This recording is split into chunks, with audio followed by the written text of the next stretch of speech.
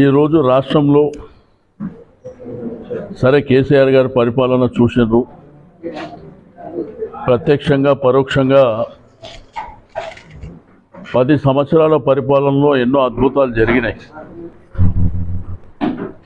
తెలంగాణ రాష్ట్రం సాధించుకోవడమే ఒక ప్రధానమైనటువంటి ఘట్టం. 1969 నుంచి అనేకమైనటువంటి పోరాటాలు చేసినప్పటికీ అది కేసీఆర్ గారి వల్లనే సాధ్యమైనటువంటిది. వచ్చినటువంటి రాష్ట్రాన్ని అద్భుతంగా అభివృద్ధి చేయాలి, సంక్షేమ కార్యక్రమాలు ఇవ్వాలి. ప్రధానంగా మనది గ్రామీణ ప్రాంతాల్లో రైతాంగాన్ని ఫస్ట్ ప్రియారిటీ కింద తీసుకోవాలనేటువంటి సంకల్పంతో మనకు అనేకమైనటువంటి అద్భుతమైనటువంటి ప్రాజెక్టులు కట్టుకోవడం, మిషన్ కాకతీయ ద్వారా పూడికతీత కార్యక్రమాన్ని ఫస్ట్ ప్రియారిటీ కింద తీసుకోవడం. ఒకప్పుడు నీళ్లు లేక, కరెంటు లేక, తాగడానికి నీళ్లు లేవు, సాగు చేయడానికి నీళ్లు లేనటువంటి రాష్ట్రం మాది. మన రైతాంగం పడ్డటువంటి అవస్థలు మనకు తెలిసి భారతదేశంలో మన రైతులకు ఉన్నటువంటి కష్టాలు ఎవరికి లేకుండే. వాళ్ళకి ఏంటంటే వ్యవసాయం చేయాలన్న ఇబ్బంది, వ్యవసాయం చేయాలంటే నీళ్లు కరెంటు ఉండాలి, ఆ రెండు కూడా లేనటువంటి పరిస్థితి. పండించినటువంటి పంటకు గిట్టుబాటు ధర లేక గ్రామాలలో దగ్గర కూర్చొని బతుకమ్మ పాటని, అంటే మా బతుకు ఎట్లా బతుకమ్మ పాట స్టార్ట్ అయింది అక్కడ. బట్ కేసీఆర్ గారు పెట్టుబడి సాయం చేయడం, వాళ్ళకు సంపూర్ణమైనటువంటి సాగునీరు ఇవ్వడం, 24 గంటల కరెంటు. నేను కూడా మీకు అందరికీ తెలుసు, అప్పుడు తెలుగుదేశం పార్టీలో గడిచిన 35 సంవత్సరాలు ఎమ్మెల్యేగా, మంత్రిగా పనిచేసినప్పుడు కూడా ఏ రోజు 4-5 గంటల కరెంటు ఉండకపోతుండే. నీళ్ళైతే ఇబ్బందికరమైనటువంటి పరిస్థితి. తాగడానికి నీళ్లు కావాలంటే చెరువుల దగ్గరికి పోతే చెరువు ఎండిపాయే, బావుల దగ్గరికి పోతే బావి ఎండిపాయే, బిందెలు కుండలు తీసుకొని కిలోమీటర్ల దూరం మైలులు పోతున్నటువంటి సందర్భాలు. ఇవన్నీ చెప్పుకుంటూ పోతే చరిత్ర. సంబంధ వర్గాలన్నీ ఐక్యం చేసి, ఇన్క్లూడింగ్ మీతో పాటు, అంటే తెలంగాణ ఉద్యమంలో అందరి పాత్ర, అంటే జర్నలిస్టులు కావచ్చు, ఉద్యోగస్తులు కావచ్చు, విద్యార్థులు కావచ్చు, మహిళలు కావచ్చు, అందరూ అన్ని వర్గాల ప్రజల పోరాట ఫలితం వచ్చినటువంటి రాష్ట్రాన్ని చాలా అద్భుతంగా తీర్చిదిద్ది. మీకు అందరూ తెలుసు, ఈరోజు ప్రపంచ దేశాలలో మన సిద్దిపేట నుంచి పోయినటువంటి ఎవరైనా కానీ 10-12 సంవత్సరాల క్రితం పోయిన వాళ్ళు సిద్దిపేటలో కాలు పెడితే సిద్దిపేట ఎక్కడ ఉందనే పరిస్థితికి మరి ఇక్కడ అద్భుతంగా అభివృద్ధి జరిగింది హరీష్ అన్న నాయకత్వంలో. హరీష్ అన్న గారు మంత్రిగా పనిచేసినా, ఎమ్మెల్యేగా పనిచేసినా నిరంతరం ప్రజల మనిషి. ప్రభుత్వంలో మేము ఉన్నప్పుడు గవర్నమెంటు ఏ స్కీమ్, ఏ డిపార్ట్మెంట్ అయినా కానీ ఫస్ట్ సిద్దిపేటకు రావాల్సిందే. ఆ దిశలో మరి అభివృద్ధి కార్యక్రమాలు చేశారు. ఇదే సిద్దిపేట ప్రాంతంలో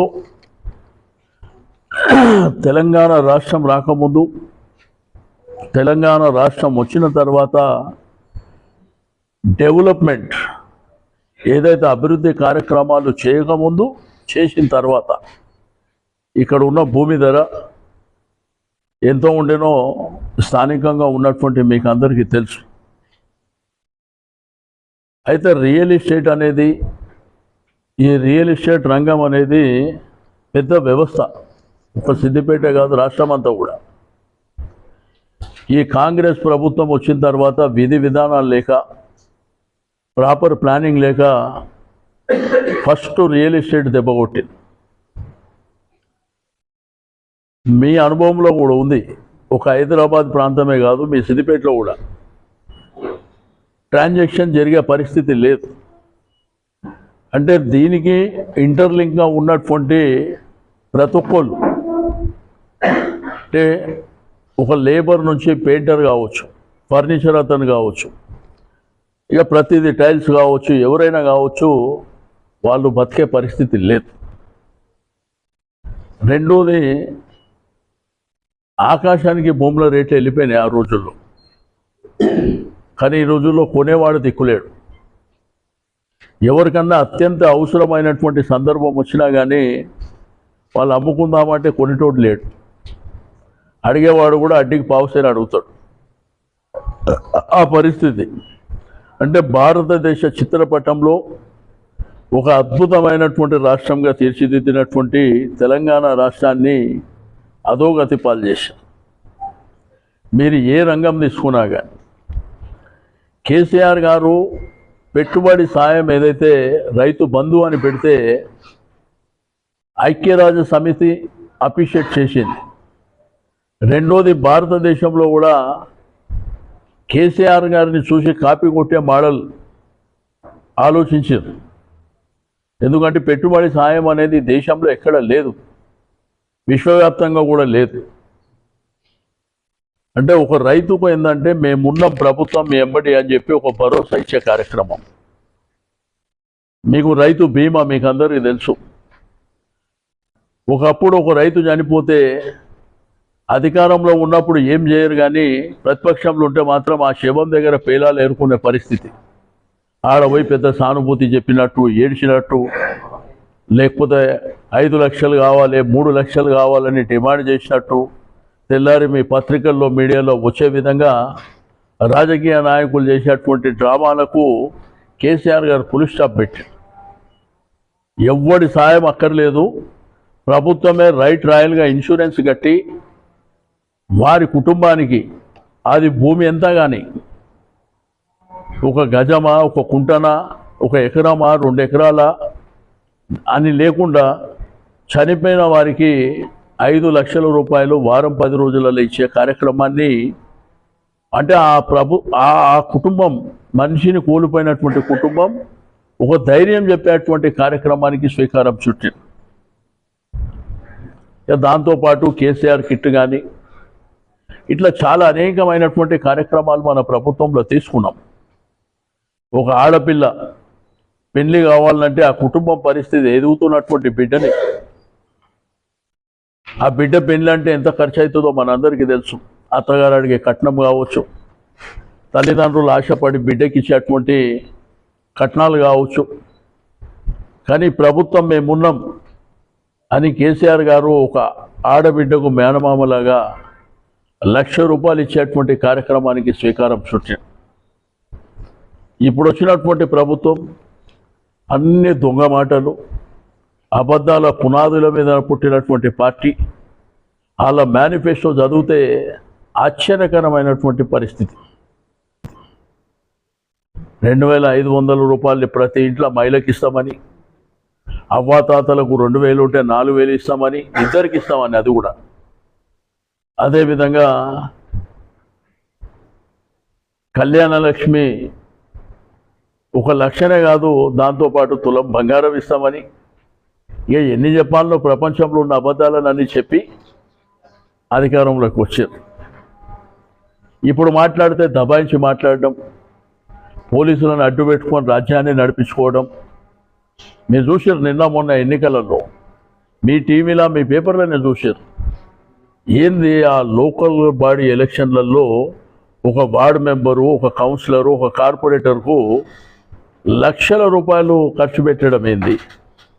మద్యము ఎక్కడ పడితే అక్కడ ఏరులై పారడం ఏంది? రెండోది, ఏ రోజు కూడా కేసీఆర్ గారు కానీ అక్కడ ఆ ప్రభుత్వంలో ఉన్నటువంటి మంత్రివర్గం కానీ లోకల్ బాడీ ఎలక్షన్ అనేది వాళ్ళకే వదిలేస్తుండే, స్థానికులకు. మీరే కరెక్ట్ సెలెక్షన్ చేసుకోండి, పరిపాలన మంచి జరగాలంటే మీరు మంచి వాళ్ళని ఎన్నుకోండి అని చెప్తుండే. కానీ ముఖ్యమంత్రి గారే రాష్ట్రం అంతా తిరగడం ఇట్లా జరిగినటువంటి మరి దాంట్లో ఎలక్షన్ రిజల్ట్స్ మీరు ఒకసారి అబ్జర్వ్ చేస్తే దీన్ని వారు వన్ సైడ్ అనరు, గుడ్డిలో మెల్ల. వారు వన్ సైడ్ అంటే కేసీఆర్ గారి నాయకత్వంలో 2 సార్లు జరిగినటువంటి జిల్లా పరిషత్ 32కు 32 కార్పొరేషన్లు కానీ మున్సిపాలిటీస్ కానీ 95% అట్లా వచ్చినాయి. నిన్నటి రిజల్ట్స్ చూస్తే 7 కార్పొరేషన్లు నిజామాబాద్ అంగు, కరీంనగర్ అంగు, ఒక మంచిర్యాల కానీ రామగుండం కానీ నల్గొండ ఇవి క్లియర్. మిగిలిన దగ్గర మహబూబ్ నగర్ కానీ కొత్తగూడెం కానీ ఎక్కడ కూడా మనకు మెజార్టీ వచ్చినటువంటి దాఖలాలు లేవు. ఇక మున్సిపాలిటీలలో వాళ్ళ దౌర్జన్యాలు చూస్తే ఒక్క ఓటుతోని గెలిచినటువంటి టీఆర్ఎస్ పార్టీ క్యాండిడేట్ అని చెప్పి డిక్లేర్ చేసి 4 సార్లు రీకౌంటింగ్ చేసి మళ్ళీ ఎదుటోడు ఒక ఓటుతో గెలిచిండని చెప్పుకునే దరిద్రమైనటువంటి పరిస్థితిని నిన్న మనం చూసినాం.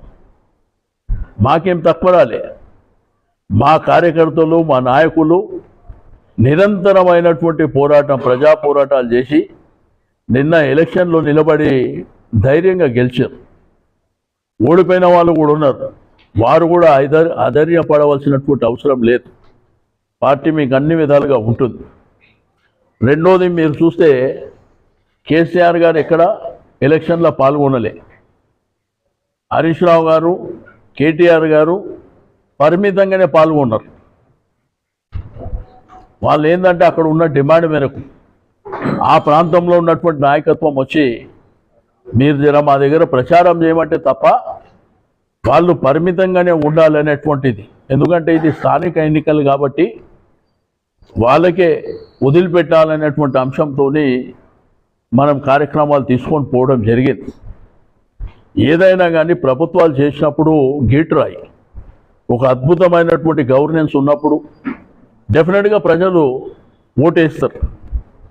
ఇక్కడ చూస్తే అంత పోలీస్ రాజ్యాన్ని పెట్టారు, ఎక్కడ చూసినా దౌర్జన్యపూరితమైనటువంటి పరిస్థితులు. కాబట్టి ఓకే, ఇవన్నీ ఎల్లకాలము రాజకీయ వ్యవస్థలో ప్రభుత్వాలు అనేది ఎప్పుడు శాశ్వతం కాదు, ప్రజలు శాశ్వతం.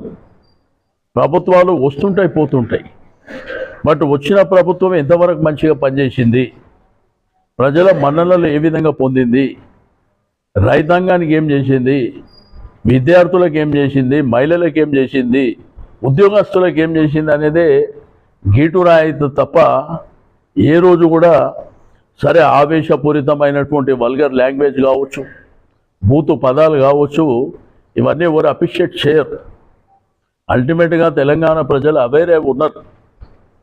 ఒకటేసారి ఏంటంటే పాపం పండుకుంటూ అసెంబ్లీ ఎలక్షన్ వరకు వాళ్ళు వెయిట్ చేస్తారు. ఇప్పుడు వచ్చిన మెజారిటీలు కూడా ఓటింగ్ కూడా చూస్తే, ఓటింగ్ సర్లే కూడా చూస్తే, కౌంటింగ్ కూడా వాళ్ళకి ఏంటంటే కడుపులో చాలా ఉంది, కానీ వాళ్ళు మెల్లమెల్లగా తీస్తారు. కరెక్ట్గా అసెంబ్లీ ఎలక్షన్కు గుడ్డ బదలు కొడతారు. ఇది జరగబోయేటువంటి చరిత్ర. ఈ చరిత్రను కూడా ఎవ్వరు కాదనడానికి లేదు. తెలంగాణ రాష్ట్రం సిద్ధించాలంటే కూడా అది సిద్దిపేట నుంచే స్టార్ట్ అయింది. సిద్దిపేట బిడ్డ కేసీఆర్ గారు ఇక్కడనే శ్రీకారం చుట్టి మీరు 10 ఏళ్ళ అద్భుతాలు ఒకటా రెండా చెప్పుకుంటూ పోతే ఎన్ని ఉన్నాయి, ఎన్నో అద్భుతాలు జరిగినాయి ఈ రాష్ట్రం లోపల. మనం ఊహించినటువంటి అనేకమైనటువంటి కార్యక్రమాలు చేశారు. నీకు ఇరిగేషన్ కావచ్చు, చెక్ డ్యాములు కావచ్చు, రోడ్ కనెక్టివిటీ కావచ్చు, ఎలక్ట్రిసిటీ కావచ్చు, ఇట్లా చెప్పుకుంటూ నీళ్లు కావచ్చు, చాలా అద్భుతాలు జరిగినాయి. కానీ 2 సంవత్సరాల 2 మాసాలల్లా ఈ కాంగ్రెస్ ప్రభుత్వం వచ్చిన తర్వాత ఎక్కడన్నా ఒక్క ప్రాజెక్టు కట్టినటువంటి దాఖలాలు ఎవరన్నా చూపించగలుగుతారా? ఎక్కడన్నా మాట్లాడితే ఇష్టం ఉన్న బూతు మాటలు తప్ప ఎక్కడన్నా ఈ ప్రాజెక్టు మేము కట్టినాం, మాట్లాడితే ప్రజాపాలన అని మాట్లాడుతురే తప్ప వాళ్ళు ఏం చేసిరో చెప్పాలి.